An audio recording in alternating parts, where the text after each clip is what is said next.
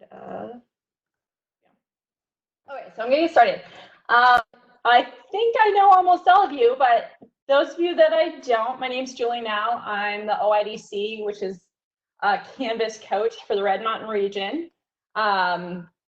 We have a variety of our other OIDCs in here right now. So if you have any questions, you can ask them in the chat section, and people will be able to answer you in there, or you can save them until the end, and then we can go over anything that you might miss, or if I go over something too quickly, we can go over those things as well. But today we're going to be looking at creating modules in our courses. This series is focused on setting up best workflow and best practices to make both your life and your students' lives in Canvas easier to navigate, because this is new and different for a lot of us. And if we can make it a little bit easier for our kids to find what we want them to find, all the better. So let's look at how we can do that. Now, I'm in Canvas right now. If you don't know how to get to Canvas, you would go to mpsaz.instructure.com, or you could go to our district homepage, scroll all the way down to the bottom under academic resources and click on Canvas. That's how your students can access it too. Their login information is the same as what they use to log into their school email or into their school devices if they have one. Or when they're in a lab, that's how they would log in. So all of that should be the same. If they're having difficulty logging in, they can get their password reset by going to the EdTech homepage. There's a form linked there to reset their password. I think it's linked on most school homepages now as well, because that's a big ask. So if your students are having difficulty logging in, that's a great place to start. Now I'm going to go into my demo course, so I'm not messing up any of my other courses. But this is one of my sandboxes. A sandbox is like a play area for you to experiment with things, try some stuff out, and then you can copy it into your live course when it's ready. During the summer, your sandbox is the only development space that you have access to because you don't have any live courses. So a lot of people just make all their stuff in their live course during the school year, and then during the summer, you can work on stuff in your sandbox. Okay, so right now I'm in my demo course and I have my homepage set to modules. This is something that is definitely useful for students. You could have a fancy homepage if you want to. That's a little more advanced if we got into it. But making the first thing that kids see be where you want them to go is always a good idea. So it's another one of those things to really get kids where we want them without them having to search for anything. Now, to get to your modules, if your homepage doesn't look like this, you're going to go over in your course navigation on the left. And if you were in our course or in this webinar yesterday, we did some custom navigation, course navigation stuff over here, and we narrowed it down to be just what we want kids to be able to see. And one of the things that we left in there was modules. So if I click on modules, it's going to take me to this because this is what my homepage was set to already. Now yours, and I'm just going to remove this module for now. Yours probably looks like,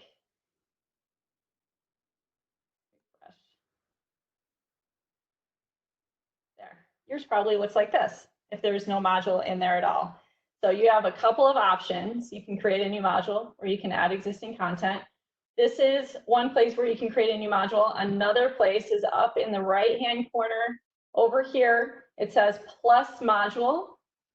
And then there's 3 dots. And if you've been in my other webinars, you know that anytime you see 3 dots stacked on one another, that means there is a fly out menu. So the menu will fly out from the dots and you can get some other things, options in there.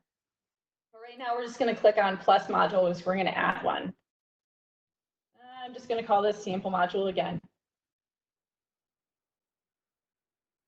So here, and so I have this thing with my mouse where it likes to double click on things. I'm going to switch to my trackpad. Okay, so here's my sample module. Now, right now, students cannot see this.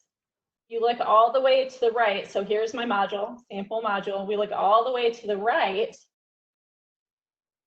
You'll See this crossed out circle? That means it's unpublished. Unpublished things students do not have access to. They don't even know it exists. If you want students to be able to see it and the items inside of the module, you're going to click on that. So it's a green check mark, and now it is published and students will be able to see this. If you change your mind later, you can click on it and it will unpublish and students won't be able to see it anymore. Now you have two other buttons in for your module options. You have a plus, which is adding content to the module. And then you have 3 dots again for our flyout.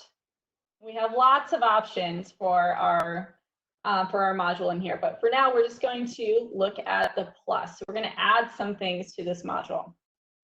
I'm going to click plus. And here are the options of things that you can add to your module. So, assignment. An assignment is something where you want students to give something to you. So you can have them fill out a text box. You could have them upload a file. They could submit a URL of a website that they found. They could turn in a Google Doc. Lots of different options in there, but an assignment is what you use when you want students to respond in some way. If you're having them write notes on paper, they could take a picture of that paper or take a picture of something they've built. Or if they're doing an art project, they could take a picture of it and upload that picture into the file upload section of an assignment. So they are giving something back to you in response to a prompt. Quizzes are where you're asking them questions and they're giving you a response. So you can have multiple choice questions, true, false, fill in the blank. You can have some drop down things. You can have an essay question, but that's where you give them a question or a set of questions. They give you a response. If you do all multiple choice, true, false, matching, then Canvas can grade that for you. If you have an essay question or a short answer question, Canvas won't be able to grade that for you. So keep that in mind. A file is where you can upload a file that you want students to have access to. They could click on it in the module and be able to view the file or download it. A page is a content page. This is, there's no response for the student. It's just, they aren't going to interact with it at all. It's just you presenting information to them. So that could be text, could be an embedded video. It could be an embedded Google Doc of any kind. So doc, spreadsheet, slideshow, lots and lots of different things. You can embed Quizlets in there, lots of stuff you can embed into a content page, but the student isn't doing anything in response. They're just gaining the information. A discussion is exactly what it sounds like. So you give them a prompt and they reply to that prompt. You can make it so they can't see anyone else's prompts. If you have taken any college classes online, you know how annoying that is to not be able to see what anyone else is seeing or saying before you respond, but that is a possibility on there. And then they can reply to one another. Now, if they're just going to reply to a question and answer it and not reply to anyone else, then really that's an assignment. If you want them to read and reply to other students' comments, then you would want a discussion, because that's the difference between assignment and discussion. Is an assignment, they're answering a question. A discussion is they have access to other people's answers and they can reply to those. Text header is organizational. So you can use it to separate out information within your module. We'll look at ways to use that. External URL, if you want them to go to another website like Google Art Project or to a museum or things like that, you can link to it there. And then an external tool, lots of options for this. The most popular one would probably be Google Assignments or Google Drive. You can add things in there right now. Okay. The other thing you can do is if you already have assignments created, you can put those into your module. So I already have a sample assignment created here. So I'm going to select that. Here's my indentation. This is for organizational stuff. You can show some visual hierarchy of things to where one item belongs to another item. We'll look at that, what that looks like in a minute. I'm going to add sample assignment. So now I have a sample assignment in my module. You can see it is published already because I had it published before, but students cannot access this because the module is not published. Everyone misses this at some point. Usually when you have a substitute, you will have forgotten to publish the module. So that can easily be fixed from anywhere, or by any OIDC can come in and help you with making sure your module is published. So if you're having trouble with students being able to see things, make sure you also publish the module so they can get to things inside there. Okay, so that's, I added an assignment. Now let's go in. I have a sample discussion. I have a couple of sample discussions in here. Let me add that in there. And then maybe they're going to have a quiz. And then I should probably also, I'm going to put a page at the beginning for module directions. You could unit directions or whatever you want to call it. Okay, so now here's all my stuff in here. Now notice on the very far left, you have these little dots. These are little grabbers. So it's not 3 dots, so it's not a fly-out menu. It's 8 dots in columns. But you can grab that and rearrange any of the items in your module that you want to. So let's say I want to have my directions first, then they can have a discussion to talk about it, then I can have an assignment. So I put my quiz first. We'll do a quick check on there, and then we have an assignment. So there, I've made my module.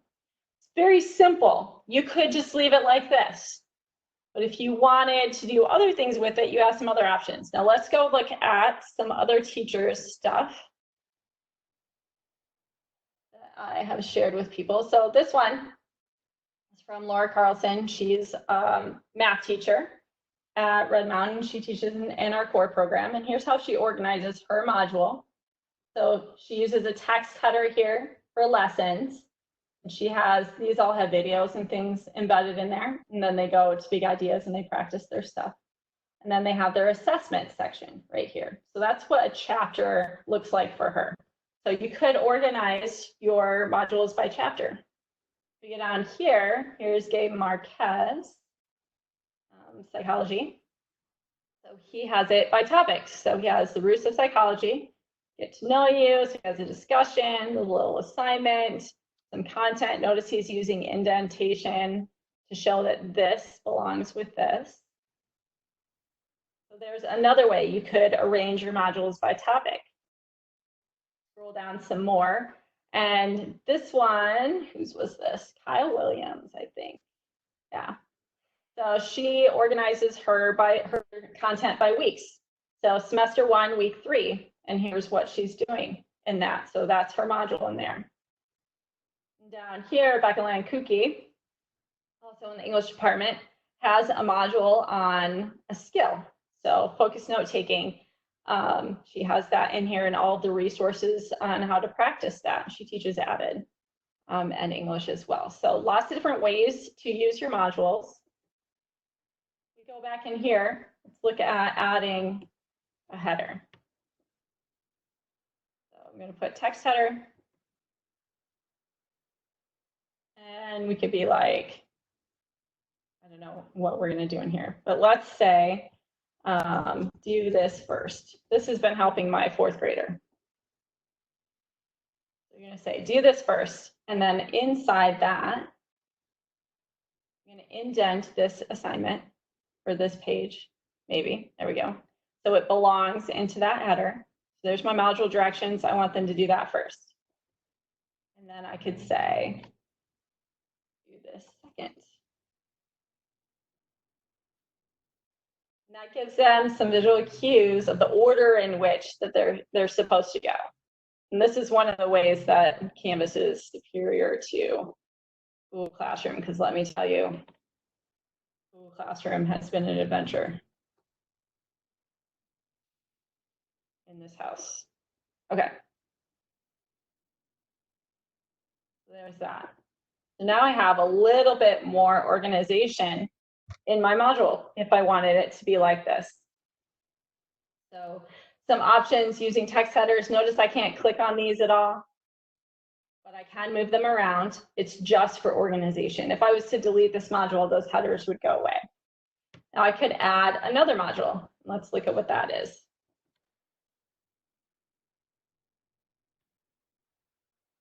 So however you want to organize your course, do whatever. But here's my other module, and I'm going to add something to it. You can re-add the same things into multiple modules if you want to, but just watch your publishing and not publishing. Okay, so if I have another module, let's say that, oops, I really wanted this to be up above this one. You can do that, and there's a couple different ways. So we had looked a little bit at these 3 dots over here. I click on there, and my mouse is being crazy. Okay, so we have some options. We have edit, we can move the contents, we can move the module, delete the module, duplicate it, share it to Commons, or put it in your Commons favorites. So let's say I want to move the module. I'm going to say place it, and I have some options where I want it to go. And I'm going to move that up there. So moving it to the top, and now it's up here. You could also just click and drag it if you wanted to move things to a different one. I can move things from one module to a different one. So I could drag this up like this, or I could move the contents back to my sample module this way. There. So now it's back down here again. So lots of different ways you can move things around, lots of ways that you can organize your content. Just think about how that is. So like before modules, if you had an assignment, a discussion, and a quiz, students would need to go to the assignment page to get to the assignments. They would need to go to discussions to get to the discussion. They need to go to quizzes to get to the quiz. And instead of having them to go to those 3 different locations, they can just go to, I think I clicked on that. They can just go to the modules page and access it there. Okay, once you have modules created, that's when you can go in and set your home page to be course modules. So I went to home, and on the far right side, you have the option to choose your home page. I'm going to click on that. And then on this list, select course modules, click save, and then your modules will be your home page. I would really recommend, if your students aren't used to using Canvas, and this is new to them, if it's new to you, to put your modules right there and be very clear in your organization as to the order in which they need to do things. Now, in my next thing on Monday, I'm going to be going over module requirements, and that's how you force students to do one thing before they do the other one. Not a lot of time to go over all of that because this webinar is meant to be very short, 20 minutes. So we're almost to the 20 minutes mark right now. Before we go, we have some other options for setting up your modules that I want to show you. I'm going to open another tab.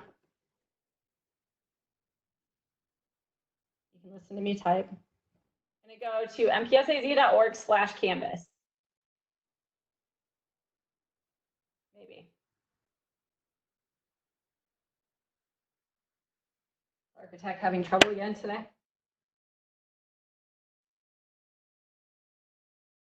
Okay, so on this page, you have a lot of resources. Not only do you have resources to your getting started page, you can see the Canvas status, you can get some tutorials, contacts for help, you can see all these different things, announcements, you can subscribe to news. But on the right-hand side, there's Canvas teacher request forms for different things that you might want to do. I'm not going to go over all of these. I'm going to scroll down to MPS Canvas course templates. I'm going to click on that. This takes me to a form where I can choose a template that I want to bring in. So these first 3 are design-based templates. So they're going to give you colors and shapes and pictures and things. They'll all be decorated pages that will make it look like you know more than you do about creating Canvas pages. So that's what the purpose of those are, if you want things to look pretty. Most of you shouldn't need to worry about that yet. But these last 4 down here, units template, weeks template, chapters template, and standards template, these are organizational based kinds of templates. So they have pre-made modules that you can put into your course. Now, if you scroll down, it says indicate the Canvas course number for your course you want to use the template in. And you're going to look in your course URL to get that number at the end. And then you're going to type that in here and submit it. So let's go back and we're going to look at my course. So I'm in the course that I want it to go to. In the very top in the URL, there is the course number that you would want to type in there if you want to import a template into your course. For any of these templates, the design ones or the organizational ones, for either kind, import it into a Sandbox first. You want to do that because you don't want to mess up your live course with a bunch of stuff that you might end up not liking. So if you don't like it, you need to be able to get rid of it, and it's way easier to get rid of stuff in your Sandbox than it is to get rid of it in a live course and to have to clean all of that stuff up. That's super annoying. So you don't want to do that. Always import stuff into your Sandbox course instead of a live course. Okay, so that's all that I had for today. I'm going to look at the chat if anyone has any questions. Hey, Julie, I also want to remind everybody that I'm going to put the survey up in the chat, so make sure you guys take that so you're getting credit for being. Jeremy. Okay, so let's look at the calendar real quick. So what the calendar does, I'm going to go into here.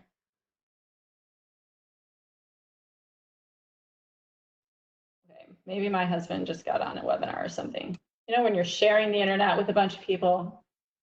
My daughter moved home from college, going crazy. Okay, so here's your calendar. It's in your global navigation. Your students also have a calendar.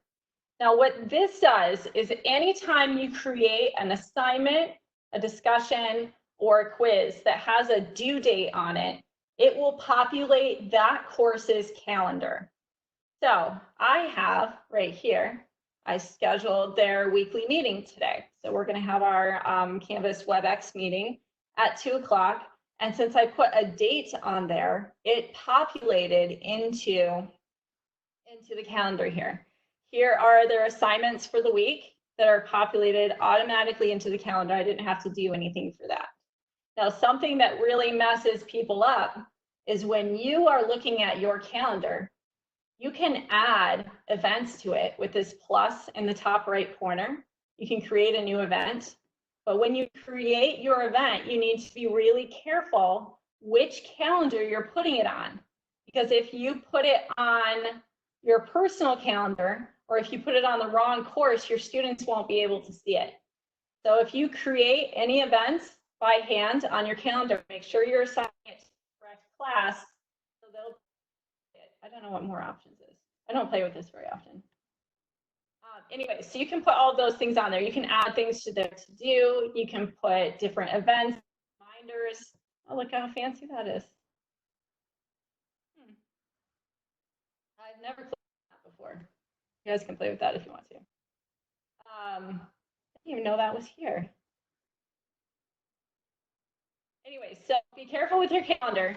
But do know that if you create an assignment without a due date, it will not go to their calendar. So it's not going to be on here if you just post an assignment with no due date, it won't be on here. Now, if you post an assignment with a due date, as long as you don't turn off the availability, then you'll still be able to turn it in after the fact. So I have like these assignments that we're due on the 5th. Students can still access those assignments. They can still turn them in. They'll be marked as late in Canvas, but when I put it in Synergy, I don't mark them down at all. It's not late. So they can still go back and do any of the assignments that they've had previously, even with a due date. How do I set up modules? So the answers to discussions. Oh, we can do that. That's a little advanced, Gary. Go to my demo course. What was that? I'm sorry. That's an advanced kind of thing to want to do. Okay. All right. No problem. I'll wait.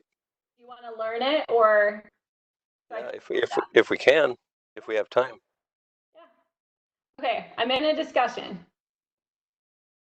And what we're looking for. I'm sorry, what was his question again? I missed that. So Gary would like to know how to set up discussions and assignments so they're by classes and periods. So with assignments, so we're looking at this, I'm on the discussion page right now, but with assignments, since a student is turning in individual work to an assignment, you don't need to worry about assigning them separately. It's everybody or nobody. If you want to learn to differentiate those due dates, I'm going to go over that next Tuesday. It's a little more involved and we can get through all of the options there. So students get really stressed about due dates or something, you can not give them a due date. So with assignments, don't worry about that, because when you get into your grade books, into your speed grader, you can sort all the assignment submissions by class period and just view first period submissions or just view second period submissions. Now, if you're giving a discussion, that's a little bit different. So if you have 5 8th grade English classes and you don't want all 5 on the discussion board, because we don't want 150 kids commenting on the same discussion, that can get a little crazy. That's what I have right now. Yeah. So what we would want to do is split that up into smaller groups of students, each having their discussion board. And you would do that with a group discussion. So this is so I went into my discussion. And Chrissy just put in, I think it's Canvas Basics on the form. Okay, so what you would want to do is set up a group for each of your classes. So I'm going to say this is a group discussion. And you would need to, why can't it give me? You want a new group category. And this part really depends on your students. So we can a group set for class periods. If they're old enough and you can trust them to sign up for their own class period, you can allow them to sign it up themselves. So I can do that and then require them to be in the same section. So then they're each all going to be only in their own class period section. And then I would want. Do you find it best, Julie, do you find it best to allow them to self-sign up or not? My kids don't know a lot about this, so. Yeah, so that's going to be, this is going to be a little tricky. Okay. What I would do, Gary, is I would want to help you separately with setting up those. Maybe late, I don't have time today, but maybe tomorrow. All right. You don't need a student group leader here. So let's say you have 5 classes, you would make 5 groups. So with my kids, I usually let them sign up. I don't know about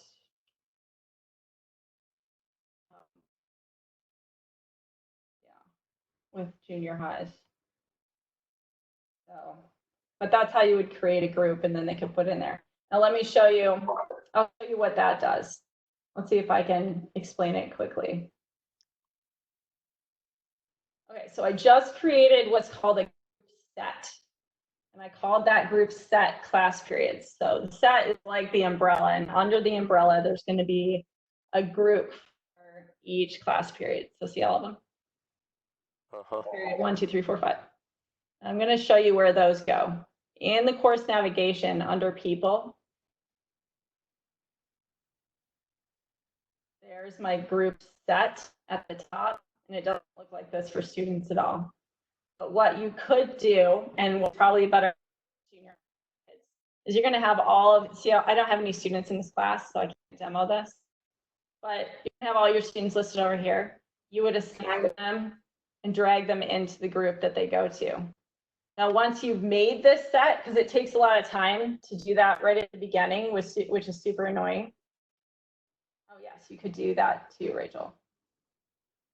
That is a good idea. So we'll look at Rachel's idea in 1 minute. But once you have them all set up, you can use this group set for lots of different things. So you could use it over and over and over again with the kids all in the same groups. And you wouldn't have to create this again. So it's just like a one-time thing. Now what Rachel's saying, which is super smart.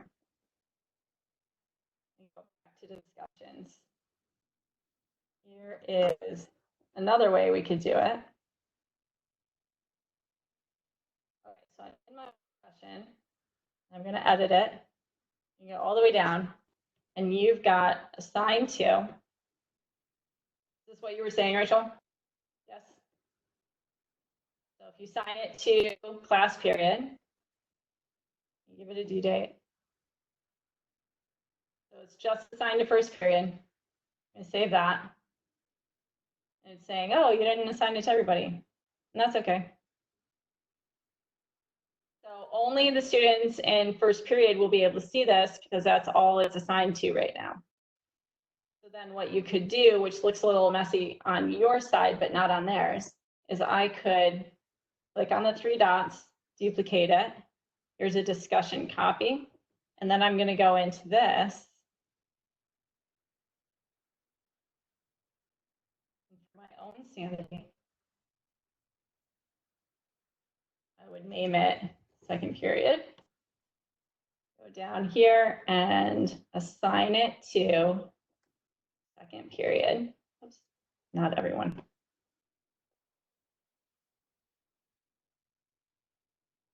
And then put the due date and save it. Then you're going to end up with 5 discussions, each assigned to a different group or a different class period.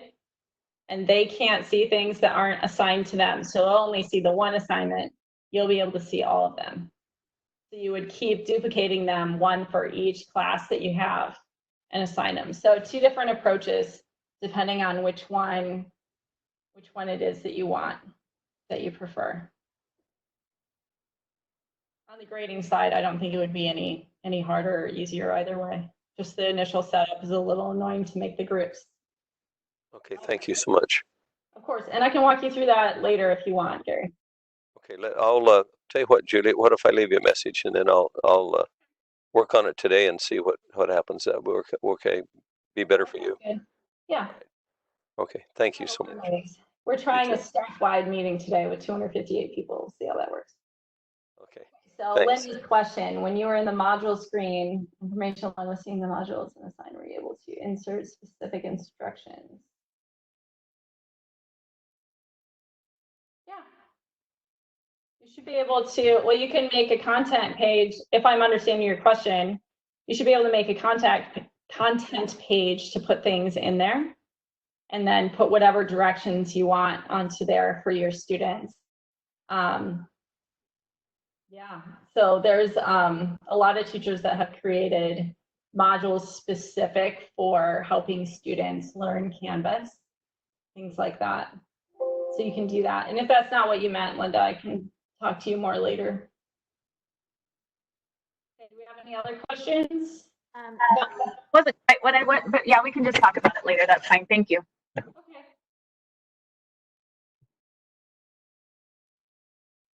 So we are still working on getting the videos posted. I don't know what the timeline for that is. That's Brad. Yeah. Well, I've sent Brad them, but then he's like, they're password protected. So now we have to download them and put them on YouTube, and then we can do it. Yeah, we're waiting to try to figure out. I was working with Kate last night on getting those updated. They have a link on our page, but some of them are password protected, so we're standardize the process so that we can get all of these videos in a spot all the same way. So I'm hoping and today Nathan and they're all in meetings this whole day, so I'm hoping by the end of today we'll have that streamlined. We do have a page where they're at right now, but the ones that are viewable, people have been converting those to YouTube videos and then uploading them that way, and there's no password. But when you would do it in WebEx, it automatically requires you to have a password when you share those videos, and we can't uncheck that box to not do it. So yeah, I've tried unchecking the box. It definitely doesn't work. yep. But we could download and upload them into YouTube. But I don't know if we want to put them in just everybody's YouTube and link to each different channel, or if we want them all in one channel. Yeah, that's the stuff we have to figure out. I think it would be best to do it all on one channel probably, but we can talk to Britton about it and figure that out. Yeah, Britton already has a channel with all of the videos. So, Jim, the staff meeting is at 1 o'clock today, And you should have a calendar invite and it'll have a link to it. It's not in Teams, it's in WebEx meetings because Teams doesn't accommodate that much people. Okay, thank you. And hey, nice to see you, Brad. Hadn't seen Brad since last year, so. Okay, if we missed any questions or if you have any additional questions, please do feel free to chat any of us on WebEx and we can help you with any of that. Okay? You guys have a great day. Thank you. Who did you say? Really excellent job. Yes, thank you. Who did you say has the meeting today at 1? Red Mountain High. Okay. Thank you so much. I will reach out to you so we can just chat personally. A couple questions that I have specifically. Thank you. Yep. Thank you, guys. Bye, guys.